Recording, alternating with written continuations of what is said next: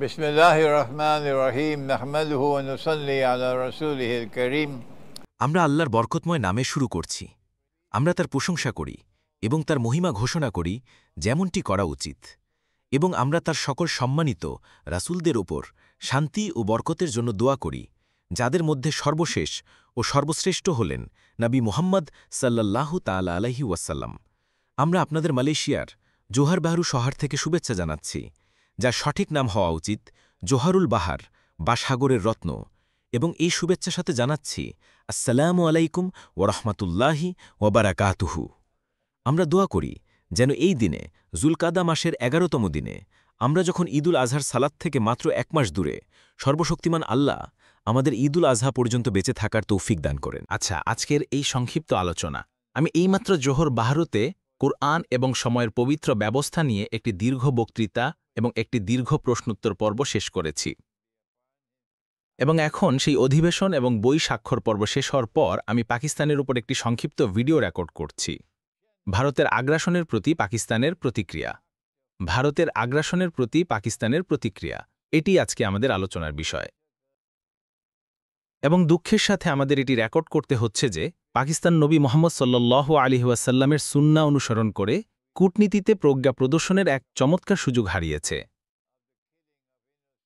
এবং সম্ভবত এর কারণ হল তাদের সেই জ্ঞান নেই, তাদের কূটনীতিকদের সেই জ্ঞান নেই, তাদের রাজনীতিবিদদের সেই জ্ঞান নেই, এবং সর্বোপরি তাদের জেনারেলদেরও বর্তমান পরিস্থিতি মোকাবেলার জন্য প্রয়োজনীয় জ্ঞান নেই। এর শুরু হয়েছিল একটি ভয়াবহ, জঘন্য, সন্ত্রাসী কর্মকাণ্ড দিয়ে, যা প্রায় সপ্তাহখানেক আগে কাশ্মীরে ঘটেছিল, এবং আমরা একটি ভিডিও রেকর্ড করেছিলাম যেখানে আমরা সেই সন্ত্রাসী কর্মকাণ্ডের প্রতি আমাদের ঘৃণা প্রকাশ করেছি। আমরা তা প্রত্যাখ্যান ও নিন্দা করেছি। সেই নিষ্ঠুর হৃদয়হীন মানুষদের দ্বারা নিরীহ মানুষ হত্যার নিন্দা করেছি, এবং আমরা বলেছিলাম যে এই সন্ত্রাসী কর্মকাণ্ডের জন্য ৪টি সম্ভাব্য পক্ষকে দায়ী করা যেতে পারে, কিন্তু এখন ৪টি থেকে কমে তা ২টিতে এসে দাঁড়িয়েছে। যা ৪টি দিয়ে শুরু হয়েছিল তা এখন ২টিতে এসে ঠেকেছে। আমরা যে ৪টি সম্ভাবনার কথা বলেছিলাম তার প্রথমটি ছিল ভারত নিজেই রাষ্ট্রীয় মদতপুষ্ট সন্ত্রাসবাদে জড়িত, কারণ ভারত সরকার কখনোই ভারত ও পাকিস্তানের দেশ ভাগকে মেনে নেয়নি, পাকিস্তানের জন্মকে কখনোই মেনে নেয়নি, এবং ক্ষমতায় আসার প্রথম দিন থেকেই পাকিস্তানের প্রতি নিরলস শত্রুতা বজায় রেখেছে। সুতরাং এটি একটি নির্দিষ্ট ধারার মধ্যে পড়ে যে রাষ্ট্রীয় মদতপুষ্ট সন্ত্রাসী এর কারণ ছিল। কিন্তু ভারত এটা করেছে তার কোনো প্রমাণ আমাদের কাছে নেই, তবে এটি একটি সম্ভাব্য পক্ষ, এবং এর উদ্দেশ্য অবশ্যই ছিল পাকিস্তানকে ধ্বংস করার নিরলস নীতির অংশ হিসাবে এটি পাকিস্তানকে ধ্বংসের পথ প্রশস্ত করার জন্যই করা হয়েছিল। দ্বিতীয় সম্ভাবনা হিসাবে আমরা বলেছিলাম কাশ্মীরের নিপীড়িত জনগণ। আপনারা কেন আমার নিপীড়িত শব্দের ব্যবহারে আপত্তি ও প্রতিবাদ করছেন? কাশ্মীরের মানুষকে জিজ্ঞেস করুন। যদি আপনাদের সাহস থাকে তবে তাদের জিজ্ঞেস করুন, যদি আপনাদের সততা থাকে তবে তাদের জিজ্ঞেস করুন, যদি আপনাদের সাধারণ জ্ঞান থাকে তবে তাদের জিজ্ঞেস করুন। কাশ্মীরের মানুষকে জিজ্ঞেস করুন, আপনারা কি নিপীড়িত? ভারতীয় সশস্ত্র বাহিনীকে জিজ্ঞেস করবেন না, ভারত সরকারকে জিজ্ঞেস করবেন না, কারণ তারাই নিপীড়ক। তাই কাশ্মীরের মানুষকে জিজ্ঞেস করুন, আপনারা কি নিপীড়িত? এবং যদি আপনার মধ্যে কোনো সততা থাকে তবে শুনুন তারা কি উত্তর দেয়। এবং তাই আমরা বলেছিলাম সম্ভবত কাশ্মীরের নিপীড়িত মানুষ অর্থাৎ স্বাধীনতাকামীরা এই সন্ত্রাসী কর্মকাণ্ডের জন্য দায়ী। এবং আমরা বলেছিলাম না, আমাদের মনে হয় না এটা সম্ভব, কারণ এতে তারা তাদের নিজেদের জীবিকাই ধ্বংস করছে। তৃতীয় সম্ভাবনা হিসেবে আমরা বলেছিলাম হয়তো পাকিস্তান রাষ্ট্রীয় মদতপুষ্ট সন্ত্রাসবাদে জড়িত, অথবা পাকিস্তানের জিহাদি গোষ্ঠীগুলো এর জন্য দায়ী, এবং যদি তাই হয়ে থাকে আমরা আল্লাহর কাছে দোয়া করি তিনি যেন তাদের মুখোশ উন্মোচন করে দেন, এবং যখন তাদের পরিচয় প্রকাশ পাবে এবং আমরা জানতে পারব পাকিস্তানের কারা এটা করেছে, আমরা তাদের ধরে ভারত সরকারের হাতে তুলে দিতে চাই যাতে তাদের বিচার করা যায় এবং তারা যে শাস্তি পাওয়ার যোগ্যতা পায়। এটাই হলো সততা। আমার কাছে এসে বলবেন না আমি পক্ষপাতদুষ্ট, নিজের পথে যান। আমি পক্ষপাতদুষ্ট নই, আমি সত্যের অনুসারী। এরপর আমরা বলেছিলাম যে চতুর্থে একটি সম্ভাব্য পক্ষ থাকতে পারে, এমন একটি পক্ষ যারা পাকিস্তানের প্রতি তাদের নিরলস শত্রুতার কারণে কাশ্মীরে এই সন্ত্রাসী হামলাটি সংগঠিত করতে পারে। আর সেই পক্ষটি হল ইসরায়েল, কারণ ইসরায়েল পাকিস্তানের পারমাণবিক অস্ত্রকে নিজের জন্য হুমকি মনে করে। সুতরাং ইসরায়েলি মুসাদি হতে পারে সেই গোপন শক্তি যারা এই সন্ত্রাসী কর্মকাণ্ডের পরিকল্পনা ও বাস্তবায়ন করেছে। আচ্ছা, আমার শেষ ভিডিওর পর যে ঘটনাগুলো ঘটেছে তাতে এটা এখন স্পষ্ট যে যেই কাশ্মীরে সেই সন্ত্রাসী কর্মকাণ্ডের পরিকল্পনা ও বাস্তবায়ন করুক না কেন, সেটা তারা ভারত ও পাকিস্তানের মধ্যে যুদ্ধ উস্কে দেওয়ার জন্যই করেছে, এবং তারা এই যুদ্ধ চায় এমন উদ্দেশ্যে যা ভারত ও ইসরায়েল উভয়ের জন্যই লাভজনক হবে।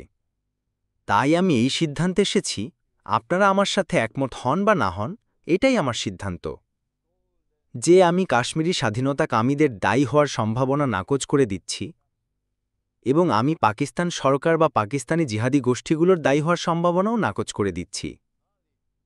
তবে আমি পাকিস্তান সরকারের প্রশংসা করি, কারণ তারা অত্যন্ত পরিপক্ক, বিচক্ষণ এবং বিজ্ঞতার সাথে প্রতিক্রিয়া দেখিয়েছিল যখন তারা এই সন্ত্রাসী কর্মকাণ্ডের জন্য দায়ী ব্যক্তিদের খুঁজে বের করতে একটি স্বাধীন তদন্ত কমিশনের আহ্বান জানিয়েছিল। এবং এভাবেই আমাদের প্রতিক্রিয়া জানানো উচিত ছিল, এবং পাকিস্তান সেভাবেই প্রতিক্রিয়া জানিয়েছিল, এবং আমরা পাকিস্তানের সেই ব্যক্তিদের প্রশংসা করি যারা সেভাবে প্রতিক্রিয়া জানিয়েছিল। ভারত কেন পাকিস্তানের সেই অত্যন্ত যৌক্তিক প্রস্তাবটি গ্রহণ করেনি? সন্ত্রাসী কর্মকাণ্ড তদন্তের জন্য একটি স্বাধীন তদন্ত কমিশন গঠন করার প্রস্তাব ভারত কখনোই এর জবাব দেয়নি, এবং সম্ভবত ভারত জবাব না দেওয়ার কারণ হল ভারত কোনো তদন্ত কমিশন চায় না, কারণ একটি তদন্ত কমিশন ভারতের জন্য বিপজ্জনক হতে পারে।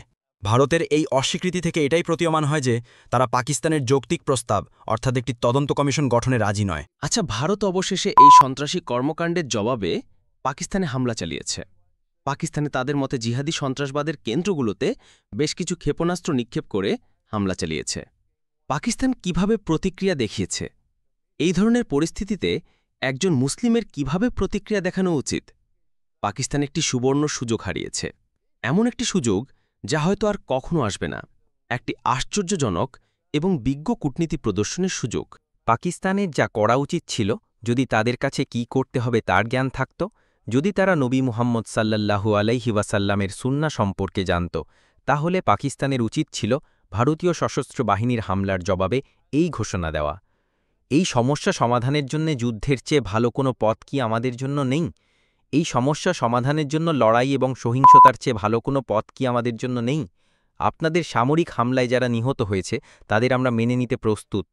আপনাদের সামরিক হামলায় যে ক্ষয়ক্ষতি হয়েছে তা আমরা শান্তি বজায় রাখতে এবং যুদ্ধ এড়ানোর জন্য মেনে নিতে প্রস্তুত।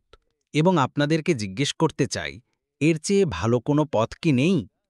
আমরা কি একটি তদন্ত কমিশন গঠন করতে পারি না? আমরা ইতিহাসের সম্পূর্ণ দিবালকে এই আবেদন জানাচ্ছি। আমরা চাই সমগ্র মানবজাতি আমাদের অবস্থান প্রত্যক্ষ করুক। আমরা এমন এক জাতি যারা যুদ্ধের চেয়ে শান্তি পছন্দ করে। আমরা আবারও ঘোষণা করছি, আমরা এই সন্ত্রাসী কর্মকাণ্ডের জন্য দায়ী নই। কাশ্মীরের সন্ত্রাসী কর্মকাণ্ড কারা করেছে তা আমরা জানি না, কিন্তু আমরা এটা করিনি, এবং আমরা আবারও একটি স্বাধীন তদন্ত কমিশন গঠনের জন্য অনুরোধ করছি, যাতে এই নিপীড়নের জন্য দায়ী কারা তা খুঁজে বের করা যায়। পাকিস্তান যদি এভাবে সাড়া দিত, তাহলে তারা সমগ্র মানবজাতির প্রশংসা অর্জন করত। পাকিস্তান ভবিষ্যতের জন্য কূটনৈতিকভাবে একটি শক্তিশালী এবং উন্নত অবস্থান প্রতিষ্ঠা করতে পারত। পাকিস্তান বুঝতে পারত যে সেই সন্ত্রাসী কর্মকাণ্ডের উদ্দেশ্য ছিল ভারত ও পাকিস্তানের মধ্যে যুদ্ধ উস্কে দেওয়া, এবং মাত্র দুটি পক্ষই ভারত ও পাকিস্তানের মধ্যে যুদ্ধ উস্কে দিতে চায়, আর তা হল ইসরায়েল এবং ভারতের বর্তমান সরকার। সুতরাং পাকিস্তান যুদ্ধের সম্ভাবনাকে থামিয়ে দিতে পারত, কারণ পাকিস্তান বলতো, আমরা আমাদের নিহতদের মেনে নিতে প্রস্তুত, আমরা আপনাদের সামরিক হামলায় হওয়া ক্ষয়ক্ষতি মেনে নিতে প্রস্তুত। আমরা এটা মেনে নেব, কারণ আমরা আপনাদের বলছি এই পরিস্থিতি মোকাবেলার জন্য কি আমাদের জন্য এর চেয়ে ভালো কোনো পথ নেই? আমরা যুদ্ধের চেয়ে শান্তি পছন্দ করি। পাকিস্তান যদি তা করত, তবে সেটাই হতো নবীর সুন্নাহ, আল্লাহর রহমত তার উপর বর্ষিত হোক, সেটাই হতো ইসলামের যুদ্ধনীতির সাথে সঙ্গতিপূর্ণ। পাকিস্তান তা করেনি। পাকিস্তান আগুনের জবাবে আগুন দিয়ে সাড়া দেওয়ার পথ বেছে নিয়েছে, যা নবী ইসলামের কূটনীতি নয়। এখন সম্ভাবনা হল পরিস্থিতি চক্রাকারে খারাপের দিকে যেতে থাকবে যতক্ষণ না পাকিস্তান পিছু হটবে, কারণ যতবার পাকিস্তান প্রতিক্রিয়া দেখাবে ভারত পরিস্থিতি আরও ঘোলাটে করবে।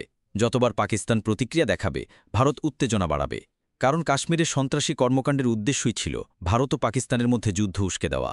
এবং মনে হচ্ছে পাকিস্তান সরকার এবং সশস্ত্র বাহিনী বিশ্বের সেই অংশে ঘটে যাওয়া ঘটনাগুলো কিভাবে পড়তে হয় তা বুঝতে পারছে না। যদি পরিস্থিতি আরও খারাপ হতে থাকে তবে আমি এ বিষয়ে আরও কিছু বলবো, কিন্তু আমি এমন একটি জাতিকে সাহায্য করতে পারি না যাদের কোরআন এবং নবীর সুন্নাহ সম্পর্কে যে জ্ঞান থাকা উচিত ছিল তা নেই। ধন্যবাদ। ওয়াসসালামু আলাইকুম ওরহমতুল্লাহি ওবারাকাতুহ।